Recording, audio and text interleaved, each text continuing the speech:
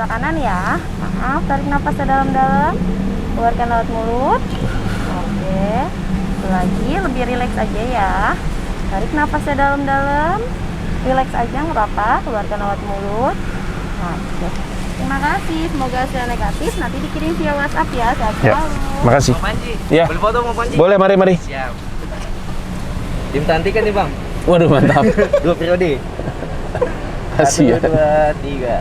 Siap. Thank you Bang Panji. Lu refund atau masih nyimpan? Masih nyimpen Oh, Bang. gue mau kasih tahu. Apa? Tanggal 5 Desember, Iya. gue mau bikin spesial. Siap. Yang tahan tiket cuman bayar berapa, harganya lebih murah daripada harga benar. Streaming acaranya. Siap-siap Bang. aja. Pasti Bang, selalu Bang gue Bang. Thank you ya. Thank you Bang. Lu nggak nonton gua lu? Di foto nggak Bang? Pukulin. Thank you ya. Thank you Bang.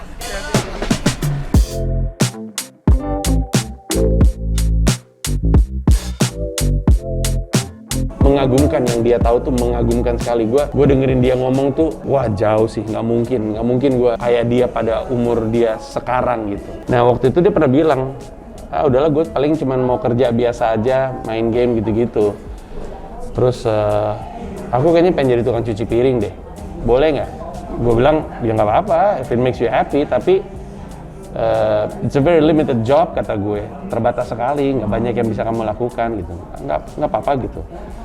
Nah tapi terus daripada gue mematikan mimpi orang, gue putuskan untuk gue kasih lihat aja kayak gimana kerjanya. Jadi gue bilang sama dia, cuci piring aja di rumah, sekali kamu cuci piring 100.000. Terus awalnya dia ngelakuin dengan senang hati, lama-lama bosan sendiri. Terus gue bilang, kamu katanya pengen jadi tukang cuci piring, udah nggak pengen lagi. Jadi ya ketimbang larang ya kan kita nggak tahu passion orang ya kan. Siapa tahu mau cuci piring. Iya, siapa tahu emang ternyata pasti dia cuci piring, kayak dulu dia pengen jadi ninja kan kita nggak tahu.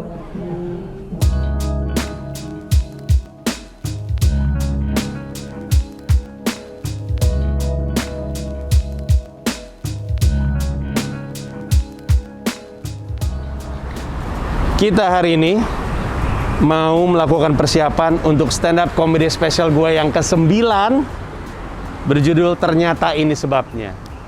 Kenapa judulnya Ternyata Ini Sebabnya? Ini sebabnya.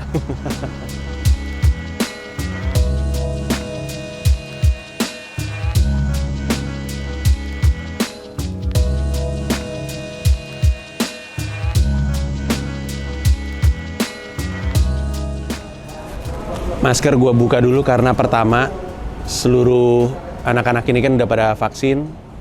Terus gue pengen ngasih gambaran ke lu seperti apa nantinya ketika gue bikin special di sini untuk ternyata ini sebabnya.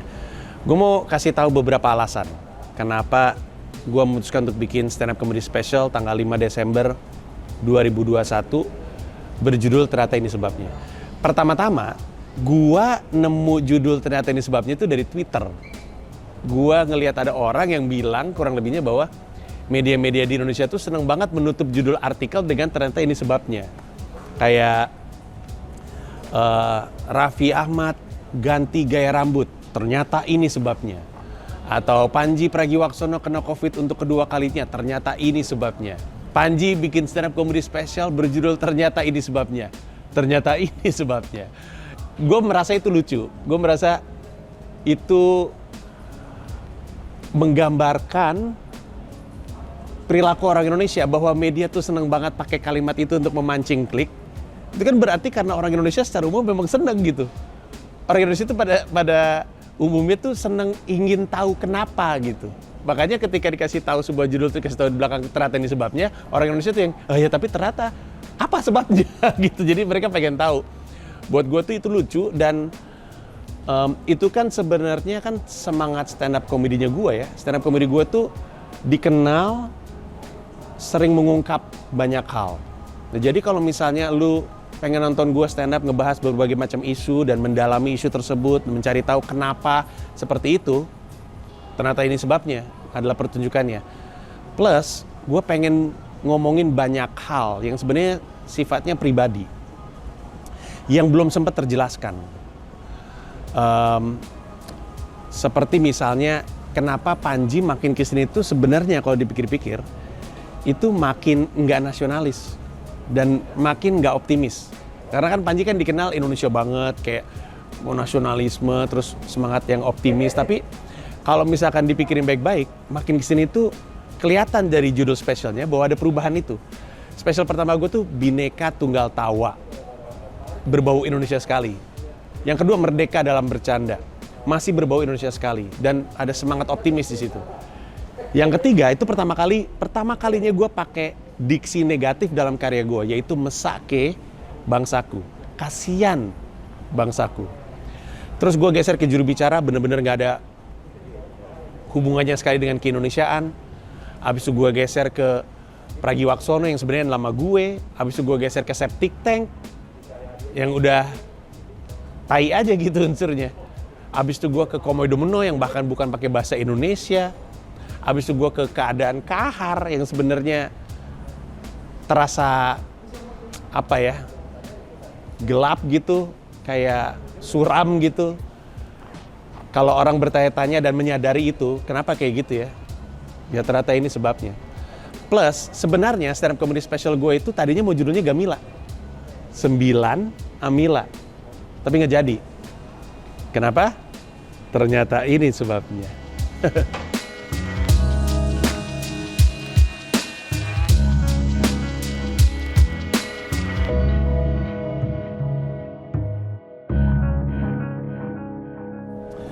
Alasan kedua, kenapa gue bikin ternyata ini sebabnya tanggal 5 Desember 2021 adalah karena gue pengen.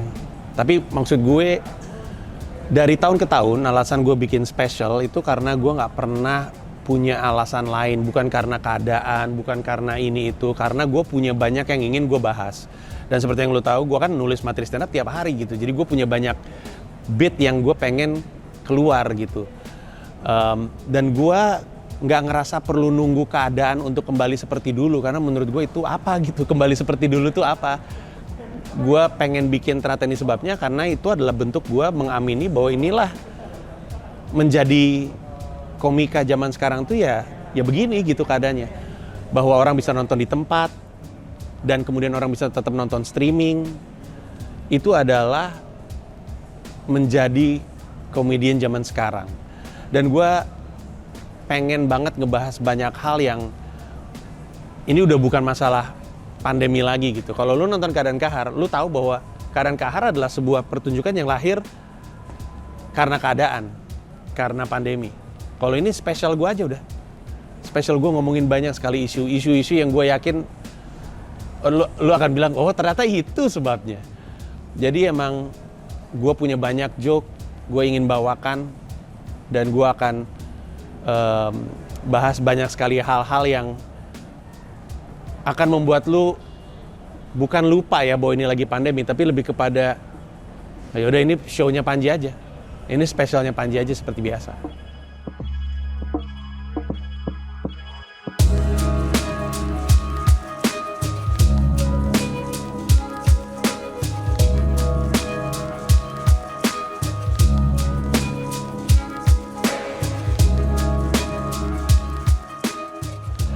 Alasan ketiga, kenapa gue bikin ternyata ini sebabnya tanggal 5 Desember 2021 adalah untuk tim tahan tiket. Terutama tim tahan tiket yang udah 2 tahun bilang sama gue nggak refund, Panji lu pegang aja duit gue mau tungguin Komodo Meno. Gue bikin ini untuk lu, karena lu layak mendapatkan sesuatu. Lu layak mendapatkan sebuah pertunjukan komedi. Dan itulah kenapa untuk tim tahan tiket harganya beda, jauh banget. Jadi kan pertunjukan ternyata ini sebabnya itu bisa lu tonton secara streaming. Lu bisa nonton di sini, bisa nonton langsung on venue, tapi lu bisa nonton secara streaming di comikacomedy.club. Dan harga tiket streamingnya adalah Rp350.000, belum termasuk pajak. Tapi kalau lu tim tahan tiket, lu bisa nonton streaming ternyata ini sebabnya hanya dengan Rp100.000, belum termasuk pajak. Jauh. Kenapa bisa jauh? Karena gue mau berterima kasih sama lu. Lu memutuskan untuk nggak refund, lu nunggu 2 tahun untuk Komodo Meno, dan untuk itu lu bisa mendapatkan privilege nonton streaming Ternyata Ini Sebabnya di cumikakomedi.club dengan harga yang lebih dari setengah. Orang lain 350.000. Lu tim tahan tiket 100.000, belum termasuk pajak. 100.000 nonton Panji itu kayaknya nggak pernah deh. Udah lama nggak pernah kayak gitu. Mungkin dulu zaman Bhinneka Tunggal Tawa ya. Jadi gue berharap bahwa tim tahan tiket bisa nonton Ternyata Ini Sebabnya stand up comedy special ke-9 gue dengan hanya 100.000 adalah sebuah manfaat gitu. Karena memang dari gue adalah sebentuk rasa terima kasih. Sejujurnya, gue mikirin tim tahan tiket itu bermalam-malam gitu, mikirin kenapa ada orang yang nggak mau refund gitu ketika pertunjukan 2 tahun. Dan karena gue hidup dari karya dan dari penikmat karyanya, yaitu lo, sewajarnya gue berterima kasih. Emang harus bayar, tapi kan 100.000 nonton Panji. Itu adalah salah satu alasan terbesarnya kenapa gue bikin Ternyata Ini Sebabnya. Ternyata itu sebabnya.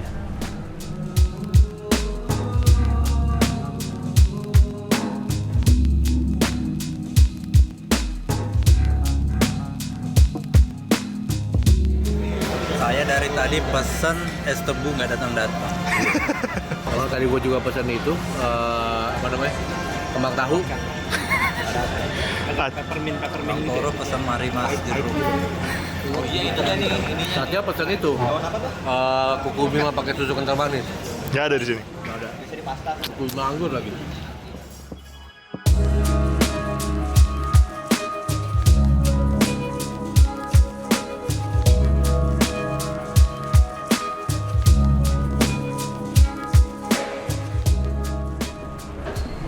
Jadi semoga sudah cukup informasinya untuk lo. Semoga lo tertarik untuk mencari tahu seperti apa pertunjukannya. Dan untuk yang memang ngikutin karya gue dari lama, kayaknya harusnya sih ikut ke bagian ke-9. Coba lu bayangin, ke-9 bikin stand up comedy special. Gue nggak sabar untuk ketemu lu, nggak sabar untuk bikin pertunjukan ini. Gue akan mematangkan banyak joke-nya. Beda dengan keadaan Kahar yang cuma punya 2 bulan kurang untuk mempersiapkan pertunjukan. Sekarang gue punya waktu yang cukup lama. Jadi kedepannya nanti gue akan ngetes materi gue akan mencoba untuk ngembangin beat gue, sehingga ketika pertunjukannya tiba, akan jadi pertunjukan yang sangat matang dan sangat siap. Sekali lagi, untuk tim tahan tiket, gue bikin ini untuk lu. Lu bisa nonton Ternyata Ini Sebabnya live streaming di cumikakomedi.club. Live streaming.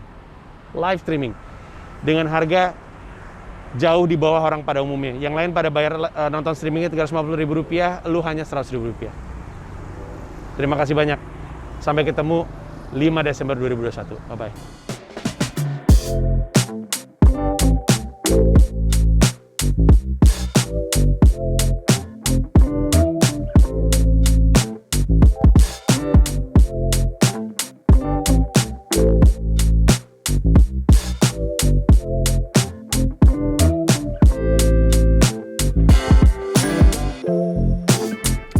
TV Trans ini sebenarnya di gua nih rada historical karena dari pertama kali TV ini baru berdiri, gua udah ngejob di sini. Job pertama kali apa?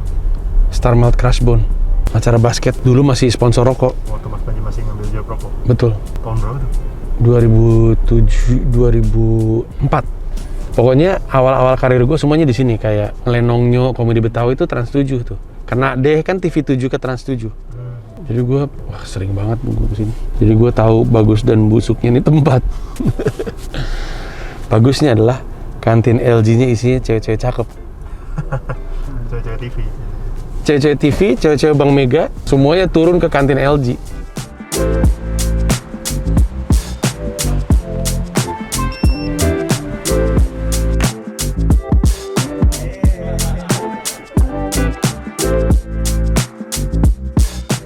Makanya buat aku itu menjadi sebuah pembelajaran yang unik juga. Jadi aku tahu kalau aku mau menjadi seorang staff di dalam Itlah, aku mau di-treat seperti apa sih sama leadernya.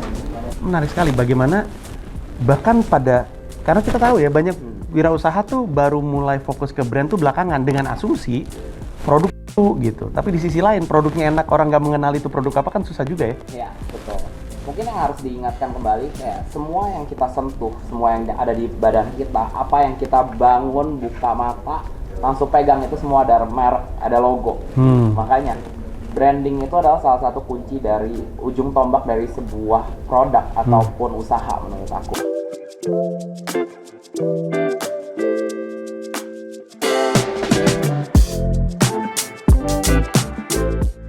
Gua kayak Harold Tanjung, mobil gua parkirnya di depan di sini banget. Kita mesti tahu ini mobil siapa nih? Tuh. Sampai dia bisa, apakah dia jabatannya seperti saya di Trans TV? Kita tidak tahu. Jadi tadi gue belajar lagi hal baru dari menjadi pembawa acara The Incredibles, Asus dan CNN Indonesia. Ini acara yang gue seneng karena gue tahu gue dapat sesuatu. Di yang kemarin, episode yang kemarin yaitu sama Mas Rinaldi, barusan sama Michael dari Itlah. Gue belajar banyak soal branding karena sebelum dia bikin Itlah, dia tuh sebenarnya punya design firm yang fokusnya untuk urusan branding kuliner. Bayangin lu, dia 10 tahun, berapa ya? 6 tahun. Dari 2010 design firmnya ada, 2016 dia bikin Itlah. Dia punya market insights, hasil market research. Dipakai sama dia. Selama 6 tahun itu dipikir gue bikin aja produk sendiri. Dan menarik kan, gue tadi sempat bilang, kuliner itu kan red ocean ya. Kok lu gimana caranya nemu niche-nya masih ada gitu untuk lu exploit gitu. Dia bilang ada terus, dan bener setelah gue pikir-pikir ini masalah persepsi, karena gue lagi mikirin physical kan. Kan fashion itu kan juga red ocean gitu. Terus kita kan kalau kita hanya bagus, ya semua juga bagus kan. Makanya sedikit lebih beda lebih baik itu. Nah itu gue sih punya semacam prediksi apa yang harus dilakukan terhadap physical dari sisi brand, tapi belum terbukti sebelum kita jalanin. Tapi dari bagaimana Michael jalanin Itlah dan fokus utamanya di branding, itu gue dapat inspirasi banyak banget sih, bahwa lu bisa mulai dengan sederhana dan total di branding. Dia bilang budgetnya 45 juta untuk buka toko pertama, yang mana kalau kita pikir-pikir kecil tuh. Dia pasti nggak ngitung kan, kalau bisnis biasa kan lu ngitung budgetnya untuk 3 tahun ke depan gitu kan. Dia pasti nggak mikir kayak gitu. Lu punya duit berapa, kita lakuin apa yang kita bisa. Tapi yang nggak kehitung dari 45 juta itu adalah 6 tahun dia kerja jadi design firm dan semua pengalamannya dia sekolah. Itu mahal. Nah jadi intinya adalah memang branding adalah sebuah ilmu yang penting, ilmu yang mahal, ilmu yang berharga. Tapi dia bisa ngangkat lu ke sisi yang berbeda, karena gue juga pengen dari awal, bahkan dari pertama kali gue megang WPI kan nggak ada brand kan, adanya Lumintu apalah gitu-gitu kan. Terus gue tahu kalau gue yang jalanin ini, gue mesti jalanin ini dari yang gue kenal, dari yang gue pahami. Jadi gue fokus, gue kalau lah brand aja deh, gue bikin lah nih brand namanya Comika. Tapi kan gue kan taunya personal branding ya, bukan branding korporat. Jadi gue masih sambil belajar, dan gue belajar juga dari Michael tadi. Cuman kita tahu bahwa unless you have something else to offer, orang akan selalu ngebandingin harga. Pasti itu. You have to have value gitu. And sometimes the value is in the brand gitu. The brand makes you feel something. Kayak, ya gue lagi-lagi agak ngilu ya untuk ngomong gini. Tapi ini benar-benar gue yakin. Gue tuh pengennya Comika sebagai brand itu nggak jauh dari bagaimana Apple dipersepsikan sebagai brand, Starbucks dipersepsikan sebagai brand. Tapi ini untuk perusahaan komedi gitu. Bahwa komedi itu bisa fokusnya di quality gitu, dikenal karena emang berkualitas gitu. Kayak Apple gitu kan, Apple tuh dikenal simplicity-nya, terus udah gitu quality-nya, terus keinginannya untuk nggak dengar apa yang pasar minta, kita mau bikin apa yang menurut kita keren gitu. Nah Comika kan juga punya spirit seperti itu kurang lebihnya, dan itu yang lagi coba untuk diimplement. Tapi yang lagi gue alami permasalahannya adalah sesuatu yang tadi sempat gue tanya ke Michael. Waktu lu mulai, lu punya 3 orang owner dan 1 karyawan, berempat. Lebih mudah dong untuk bikin seluruh orang itu percaya dengan brand karakternya. Sekarang lu memperkerjakan 400 total seluruh Indonesia. Gimana tuh caranya tuh 400 orang itu paham karakter brand seperti apa? Karena brand experience-nya orang touch point-nya adalah yang 400 orang tersebut. Kayak dia bilang salah satu karakter brandnya Itlah adalah hangat. Hangat tuh dalam berbagai macam hal. Makanannya hangat, pembawaannya hangat. Tapi kan kalau misalkan salah satu dari 400 itu ada yang ketus orangnya, kan matahin brand experience-nya gitu. Gua nggak punya 400, tapi kan 2019 kami bersepuluh. 2020 Januari itu waktu kami outing, kami bersepuluh. 2021 kami ber-60 udah sama talent. Itu aja gue mikir gimana caranya karakter Comika ini meresap ke semua anak-anak gitu. Karena ya kan sekali lagi ya, brand itu kan hidup di benak orang. Kita ngelakuin activity untuk memastikan persepsinya sesuai yang kita inginkan, tapi kan buntut-buntutnya kan kita nggak bisa ngatur apa yang di kepala dia. Kita bisa mengarahkan, tapi kan dia punya kesimpulan sendiri kan. Nah kalau misalnya persepsinya konsumen terhadap Comika itu adalah on time, itu kan brand promise-nya seakan-akan gitu. Tapi kalau misalkan anak kantor sampai sekarang meeting Zoom aja masih suka telat, kan gue jadi bingung, ini gimana sih? Ini meeting Zoom gitu maksud gue. Meeting Zoom gitu. Gue kadang-kadang ngelakuinnya di jalan sambil nyetir gitu, walaupun nggak boleh gitu ya, atau di taksi gitu. Karena gue tahu gue mesti on time. Nanti orang-orang ini bukan bikin event loh. Ini bukan bikin event dengan penonton 1000 orang gitu. Lalu kalau misalnya Zoom aja telat, gimana cara mau bikin event gitu? Bikin event mah rumit. Meeting Zoom mah nggak rumit gitu, dengan handphone yang lu punya. Nah ini yang lagi jadi sesuatu yang gue pikirkan, gimana caranya gue memastikan kita bisa satu kantor ya, satu unit itu ngerti brand karakternya kita apa dan hidup dari itu. Karena kalau enggak, ya brand perception-nya berubah di benaknya orang. Nggak mudah, ini bagian dari perjuangannya, tapi menurut gue ini penting untuk dijalani terus gitu. Karena gue belajar ini dari pertama kali jadi sales, namanya Pak Budi, gue lupa nama panjangnya siapa, tapi dia adalah bos gue di UPS Bandung. Dia yang bilang, unless you have something else to offer, people will always think about the price. Dulu tuh gue jadi sales, gue pernah cerita nggak sih? Gue jadi sales nih, sales UPS. Gue datang ke sebuah pabrik kan. Gue nawarin pabrik itu jasa untuk pengiriman ekspedisi luar negerinya lewat UPS aja. Orangnya duduk di depan gue. Sebentar ya, saya kembali lagi. Dia pergi, dia balik bawa kertas. Nih, ini harganya kamu yang nyoret-nyoret DHL. Jadi gue punya price untuk 0 kg, 1 kg, 1,5 kg tuh harganya berapa? DHL datang dicoret, kami harganya sekian, kami harganya sekian. Dia nanya, masih bisa lebih murah nggak dari DHL? Mati nggak lo digituin? Itu minggu pertama gue kerja. Gue balik ke bos gue, Pak Budi, harga kita dicoret-coret. Pak Budi yang bilang, ya kalau lu nggak punya apa lagi untuk ditawarkan, orang akan fokus pada harga. Terus gue nanya, jadi jualannya gimana? Fokus pada value. Gokil, Pak Budi.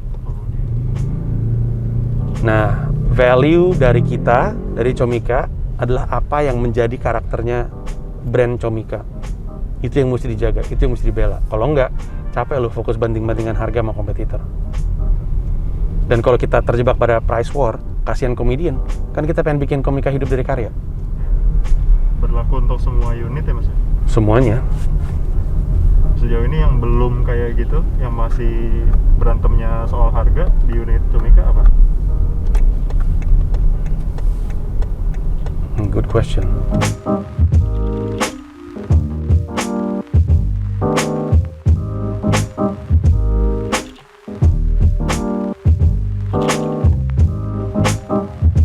Tadi belum kejawab tuh mas. Ya gue juga dari tadi lagi mikir apa jawabannya. Coba gue sambil mikir ya. Di event sih yang pasti enggak. Di event kita udah well established karena bawaan dari Panjinya. Karena banyak orang yang nonton event stand up-nya Comika datang dari nonton show-nya gue. Gue kan emang nggak murah, tapi kan value for money, mereka tahu itu. Jadi Comika event enggak. Dan kalaupun ada ya yang bunyi tipis-tipis, kita tahu ini mah bukan market kita, nggak usah didengerin. Terus kalau talent management mungkin sih. Mungkin aja masih ada talent-talent yang value-nya belum dipahami dari sisi kliennya. Tapi bukan kesalahan dari pihak talentnya. Talentnya kan content creation terus, ngasih tahu strength-nya apa, ngasih tahu sukanya apa. Klien kadang-kadang taunya stand up comedian doang. Sehingga ketika dikasih tahu harganya sekian, orang ngerasa kok mahal banget sih. Itu karena nggak paham. Kalau pecahkan, tidak ada sejauh ini ya, belum ada komplain soal harga. Tapi secara penjualan juga belum bisa dibilang memuaskan.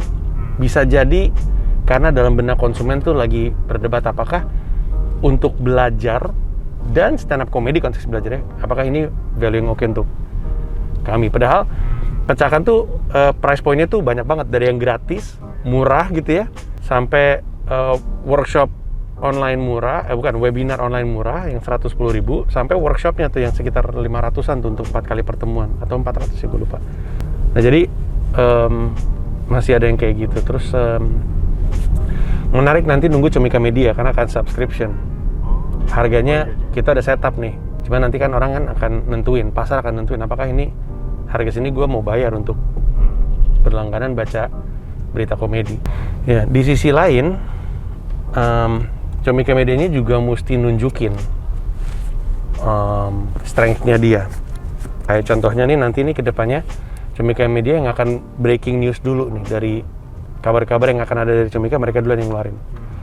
Kayak sudah terjadi nih, mereka naikin duluan berita soal gue pengen bikin patung Bing Slamet sebelum diumumkan di Comika Media. Terus mereka duluan yang ngasih tahu bahwa Panji mau bikin special tahun ini, bahkan sebelum gue. Nah jadi itu mesti di-establish biar value-nya kerasa. Kalau ada berita-berita di dunia komedi, harusnya breaking news-nya dari mereka. Waktu itu mereka sempat gue tegur gara-gara berita soal maaf Anda tersinggung ya, berubah jadi maaf saya tertangkap ya. Itu tuh dinaikin sama media online yang general gitu. Kata gue harusnya kita duluan ini, kenapa jadi mereka duluan? Oh sorry miss gitu. Kata gue nggak bisa miss sih, makanya you have to be a fan of the art, sehingga lu emang kerjanya nyari-nyari tahu gitu. Ini bukan pekerjaan buat lu, emang lu follow MLI gitu misalnya. Nah itu sih sebenarnya. Pertama, berapa banyak orang yang adalah pecinta keseniannya, fandom dari kesenian ini, dan berapa harga yang mereka mau bayar, itu juga masih harus ditemukan. Kalau fisikal juga walaupun nggak ada komplain dalam bentuk harganya kemahalan, tapi masih harus berjuang untuk establish what kind of clothing brand are we gitu. Karena emang harganya memang nggak murah, cuman kan butuh waktu untuk membuat konsumen ngerti fisikal tuh apa sih sebenarnya gitu, dan apa yang membuat mereka ngerasa harga mereka harusnya segini. Kan satu komen sebenarnya untuk fisikal. Apa tuh? Bukan komen sih, sudah lebih ke open discuss aja. Menurut Mas Panji, fisikal mesti punya movement sendiri nggak sih? Sebenarnya itu Toro pernah bahas. Toro ngomongin soal menjadikan fisikal dekat dengan kreator ya waktu itu, Toro ya. Iya, orang-orang yang berkarya. Kita tuh mendukung kreator-kreator berkarya, terutama karya-karya yang wujudnya tuh fisik. Karena kan kita kan percaya bahwa fisikal itu sesuatu yang akan premium di masa depan, akan sesuatu yang jadi collectibles gitu. Ada nilainya semenjak digital jadi barang yang normalnya gitu, barang basicnya. Nah itu emang datang dengan movement, pergerakan untuk mendukung kreator-kreator, terutama yang masih bikin hal-hal fisik. Dan I think it is inspiring and it's also aspiring untuk berdekatan sama seniman yang, kebayang nggak sih kayak misalnya kayak Abeng gitu ya. Menurut gua di era orang lagi pada sibuk ngomongin NFT, yaitu artwork digital, ini ada satu orang kerja bikin instalasi, bikin lukisan. I think it's amazing gitu. Sungguh berharga sekali gitu. Dan menurut gue in a way sense-nya masih sama dengan physical, spiritnya masih sama dengan physical. Tapi di sisi lain yang kemarin sempat gue challenge adalah, tapi kan kita kan strength-nya komedi ya, harus ada sesuatu yang membuat warna kita kelihatan beda. Nah gue bilang, apa jangan-jangan kita tuh harusnya ngambil jalan seperti ini gitu, bahwa kita premium orang bisa ngelihat, tapi kita brand premium yang keberpihakannya itu ke komedi gitu. Gimana kalau misalkan kita punya kaos yang misalnya bikin kaos maju kena mundur kenanya Warkop. Zaman dulu kan nggak ada clothing, zaman dulu kan nggak ada barangnya. Tapi kalau misalkan ternyata waktu gue kecil suka nonton maju kena mundur kena, pas gue ngeliat kaosnya, anjing gue mau ini. Apalagi kalau misalkan kita kerja sama license sama yayasan Warkop DKI ya. Nah itu kan premiumnya dapat, positioning brandnya dapat, tapi juga positioning bahwa kita nih dekat dengan komedi juga dapat gitu. Karena gue yakin deh, semua orang yang orang kerja sekarang pasti punya pelawak favorit. Gue kalau misalkan ada kaos ya, tulisannya Cowboy Sutra Ungu, gue beli dah. Lo tau Cowboy Sutra Ungu nggak? Nggak tau kan? Itu gue tahu tuh nonton. Itu Tarzan deh. Kalau ada kaos Tarzan Benyamin, wah gue beli deh. Gue suka banget dulu nonton Tarzan. Tarzan makannya sambal doang kan, karena dia nggak mau makan ikan asin karena ikan asin teman. Atau kaosnya tulisannya ikan asin teman. Gue jamin semua orang yang gede di 80s tahu itu. Ikan asin teman. Gue jamin. Gue ingat banget tuh ada salah satu adegan di film Benyamin. Dia kan di penjara kan. Terus dia sedih karena dia nggak bisa keluar. Terus tiba-tiba dia gini, mau kemana tuh? Mau kencing, terus balik lagi ke dalam, ditutup lagi, terus sedih lagi, kata gue, ini lucu banget. Mau kencing atau mau apa gitu. Enggak, tapi bayangin orang-orang kayak gue gitu ya, atau orang-orang yang besar di 90-an, pasti kita tuh ingat ada pelawak-pelawak yang kita suka, atau momen-momen di dunia komedi yang nempel di benak kita. Bayangin, itu sekarang ada merch-nya. Berharga kan, karena dulu gue gak punya merch-nya. Gue gak bisa punya, orang gak dijual. Nah tapi kan ini kan baru ajuan dari gua ya kan, fisikal yang megang Toro ya. Itu kan ini maksudnya kayak apa sih, kayak teori gitu. Ini belum tesis. Ini tesis gua, bener nggak nih kan kita nggak tahu. Selain itu ada lagi Apanya? unit bisnis yang bertarungnya masih harga. Kan ada manajemen, ada event, ada fisikal, ada pecahkan, ada media. Sisanya support system sih, kayak Comika Space itu kan PH ya. Nggak tahu, nanti mungkin Toro mau bikin comikaporn.com, terus itu adalah situs bokep komedi, kan kita nggak tahu ya. Siapa tahu ada yang mau ngelihat Yono Bakri telanjang. Fetishnya orang susah. Kalau gue ngayal tolol ya, menurut gue yang kita punya saat ini udah cukup untuk si ekosistem tersebut. Habitatnya ya udah oke. Kalau gue mau nambah, sisanya kan implementasi teknologi di setiap unit. Kalau gue mau nambah, kalaupun ngayal, gue tuh pengennya tiketing. Capek soalnya. Capek banget untuk memikirkan bahwa tiketing tuh bagian dari bisnis kita, tapi kita akan selalu outsource. Tapi itu panjang sekali perjalanannya. Itu bisnis yang, waduh, antah berantah banget sih. Tapi kalau lu lihat Live Nation, itu yang terjadi. Live Nation tuh kan promotor. Kemudian bisnis pertama yang mereka akuisisi adalah venue. Mereka acquire venue. Untuk kebutuhan. Betul, karena mereka tahu gue daripada bayar sewa mulu, gue beli aja sekalian. Gue bisa kontrol semuanya, harga dan segala macamnya. Itu udah terjawab sama kita karena kita punya Comika Comedy Club, di bawahnya Comika Event. Kelak akan punya fisiknya juga kan. Tapi Live Nation terus kemudian beli Ticketmaster. Udah deh, jadi mereka punya venue, promotornya ada, tiketingnya ada, udah kelar. Itu tadi yang susahnya adalah bagaimana mitra kita bekerja, sistem kerjanya, prinsip kerjanya, etos kerjanya, culture kerjanya, itu kan nggak bisa kita kuasai. We have to respect them. Tapi kan kalau nggak sama kan jadinya kan gimana nih gitu.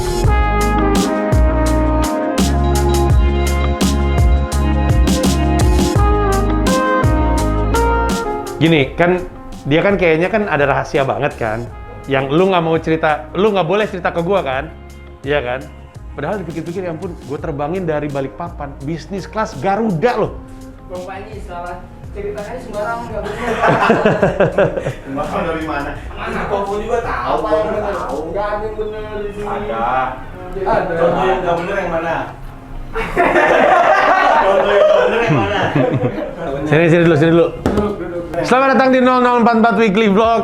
Bang Yono mau cerita soal rahasia. Enggak Bang Panji, nggak ada. Ayo, waktunya kamu ngadu sama bosmu nih. Ayo, kalau kamu katanya kamu suka di framing mana? Iya, masa tiba-tiba saya dibilang ini suka sama Mbak Puputnya Radit.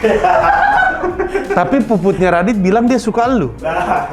Bang Panji udah main aja, udah main. Sekarang kalau Puputnya emang mau sama lu mau nggak sama dia? Itu aja pertanyaannya. Mau nggak? Kalau misalnya Puputnya bilang gue suka sama Yono, elunya gimana? Elunya oke nggak? Udah gitu aja dulu. Apa susahnya? Apa susahnya untuk jawab? Tinggal bilang iya atau enggak gitu. Misalkan Puput bilang gue suka sama Yono, Yono jawabannya apa? Boleh? Iya kan? Berarti emang suka. Udah, Enggak, selesai. Bang. Loh, Enggak, jadi Bang. nggak suka sama Puput? Kenapa Puput? Bukan. Pucat, itu. Puput. Bukan, maksudnya tuh jangan didekte Bang. Bukan iya atau enggak. Dikte. Itu bahasa Samarinda. Bahasa Samarinda. Saya jaga attitude Bang Panji. Yang di Imperfect kan? Frita no limit. Iya bener kan? Iya. Iya. Frita. Saya dari Stand Up Indo Palangkaraya. Oh, bukan setelah pindah Kalimantan. Palangkaraya di mana? Kalimantan. Oh, Kalimantan, iya benar. Maaf Iya. ya. Iya.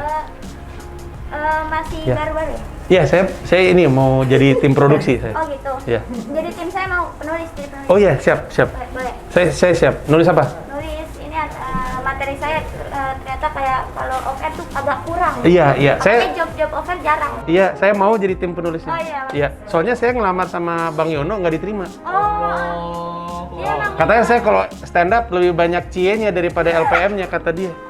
Cie per menit. Iya. Makanya Halo. CPM. Ya, Mas Panji. Ya. Kenalin aku. Mohon maaf Bang Erwin, sini ya Bang. Agak benar 3, ini bukan benar agak benar. Aduh, anjing lucu banget sih. Sejak Suci tuh beda gitu. Siapa? Lu. Apa bedanya bang? Katanya lu nggak mau nengok kalau nggak dipanggil Bang, katanya. Bener. Iya. Bener. Bang harus Bang Ate. Bang Ate. Iya. Coba tes. Ate. Bang Ate. Jangan kayak gitu sih. Masuk lo 0044 weekly vlog masuk. Kelihatan banget attitude-nya. Bahasa tubuh yang seperti apa yang dapat menunjang kesuksesan public speaking? Terus aja tuh harus jawabnya lewat public speaking yang kayak non verbal gitu. Terus aja bingung harus gimana.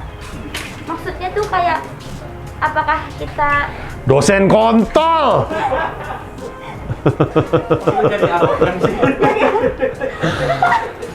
Ya, tapi intinya apa? Lu ditanya bahasa tubuh seperti apa yang akan menunjang suksesnya public speaking. iya mungkin kayak gitu-gitu kali ya. Kayak kita Iya. ngobrol sambil kayak misalkan ada 5 langkah gitu sambil Ya, ini gua ngomong aja nanti lu bahasakan sendiri ya. Iya. Intinya orang tuh sebenarnya lebih mudah untuk memahami gerak badan daripada kata-kata. oh Karena matanya selalu lebih tajam daripada kupingnya.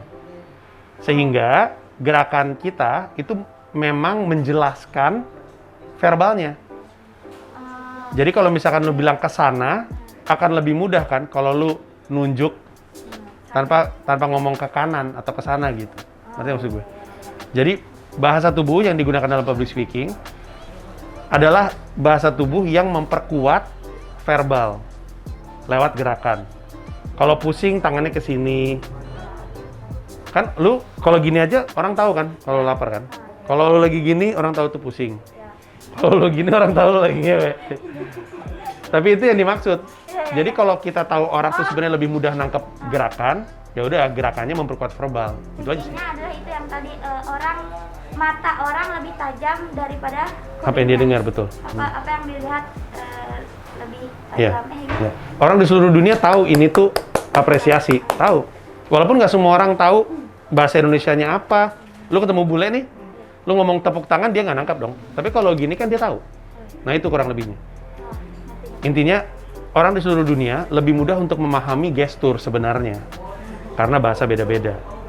Tapi di luar itu kupingnya juga nggak setajam mata. Mata tuh lebih mudah untuk menangkap sesuatu. Gitu. Ya. Tapi lu boleh tambahin dosen kontol di belakangnya. Mohon maaf nih, ini kok ukuran baju nggak ada ukuran saya nih, kayak anjing juga nih. Emang anjing yang punya baju ya? Ya. Nggak, kenapa mungkin lu kayak mau nampol orang, Bang? Mentang backingan lo aci, jangan gitu. Udah ya, gue cabut ya semuanya ya. Thank you. Thank you. Bye-bye.